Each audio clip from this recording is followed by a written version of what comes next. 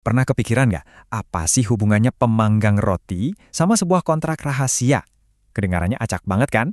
Tapi ternyata jawabannya bisa menjelaskan hampir semua kemajuan dan juga masalah di dunia modern kita. Yuk, dalam beberapa menit ke depan kita bakal bedah ide-ide ekonomi tak kasat mata yang membentuk hidup kita. Mari kita mulai. Kita mulai dengan angka yang jujur aja cukup gila, 300.000 kali. Sebanyak itulah cahaya yang bisa kita dapatkan dari hasil kerja kita sekarang kalau dibandingin sama nenek moyang kita di zaman prasejarah. Dulu, mereka harus kerja berjam-jam cuma buat dapat sedikit penerangan. Sekarang, kita tinggal pencet saklar tanpa mikir. Coba bayangkan deh, 58 jam kerja keras hanya untuk cahaya yang sekarang kita nikmati dalam sekejap. Lompatan ini luar biasa banget. Jadi, apa rahasianya? Jawabannya ada pada beberapa alat ekonomi yang sangat kuat yang tanpa sadar kita gunakan setiap hari. Nah, alat pertama dan yang paling fundamental, namanya spesialisasi. Idenya sebenarnya simpel banget, tapi inilah fondasi kemakmuran modern. Kita semua bakal jauh lebih baik kalau masing-masing fokus sama apa yang kita jago, terus kita saling tukar hasilnya. Pertanyaan ini mungkin kedengaran aneh, tapi coba deh renungkan sebentar. Bisa nggak sih Anda sendirian bikin pemanggang roti dari nol? Mulai dari nambang besinya, bikin plastiknya. Ada seorang desainer bernama Thomas Tveitsch yang nekat mencobanya. Dan hasilnya bakal bikin Anda kaget. Tveitsch ini sampai nambang biji besinya sendiri loh. Gagal meleburnya di tungku biasa, akhirnya dia pakai microwave. Iya, microwave! Dia bahkan coba bikin plastik dari kentang. Seluruh proses ini makan waktu 9 bulan. Absurd banget kan? Ternyata melakukan semuanya sendiri itu susahnya bukan main. Dan total biayanya? Kalau kita hitung waktunya setara dengan upah rata-rata, pemanggang roti buatannya itu seharga 20.000 pound sterling. Yap, Anda nggak salah dengar, itu setara miliaran rupiah.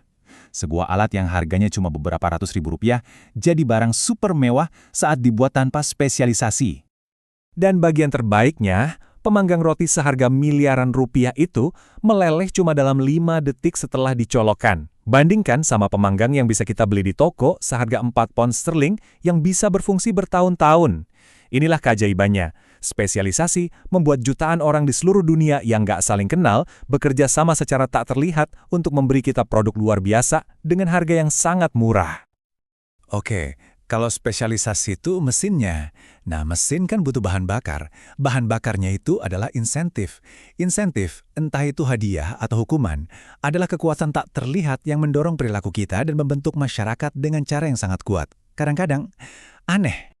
Mau tahu seberapa kuatnya insentif? Cukup kuat untuk mengubah tanggal lahir bayi. Waktu Australia nawarin bonus tunai, banyak ibu yang sengaja menunda persalinan beberapa hari cuma supaya bisa dapat uangnya. Ini bukti nyata betapa insentif finansial bisa mempengaruhi keputusan yang paling personal sekalipun. Jadi, gimana cara kita menerapkan insentif ini buat seluruh negara? Jawabannya adalah lewat institusi. Jangan bayangin gedung-gedung besar ya. Institusi itu sederhananya adalah aturan main di sebuah masyarakat. Hukumnya, hak milik, bahkan adat istiadat. Aturan main yang tepat bisa menciptakan insentif yang mengubah nasib sebuah bangsa. Di tahun 1978, para petani di desa Shaogang, Tiongkok, itu kelaparan parah. Di bawah sistem komunisme, gak ada gunanya kerja lebih keras, karena hasilnya sama aja. Akhirnya, mereka bikin kontrak rahasia. Mereka bagi-bagi tanah, dan setiap keluarga boleh simpan hasil panennya sendiri. Risikonya, hukuman mati. Tapi hasilnya, panen mereka tahun itu lebih besar dari total 5 tahun sebelumnya digabung. Tindakan nekat inilah yang memicu reformasi ekonomi Tiongkok dan mengangkat jutaan orang dari kemiskinan. Tentu saja, pasar itu nggak sempurna.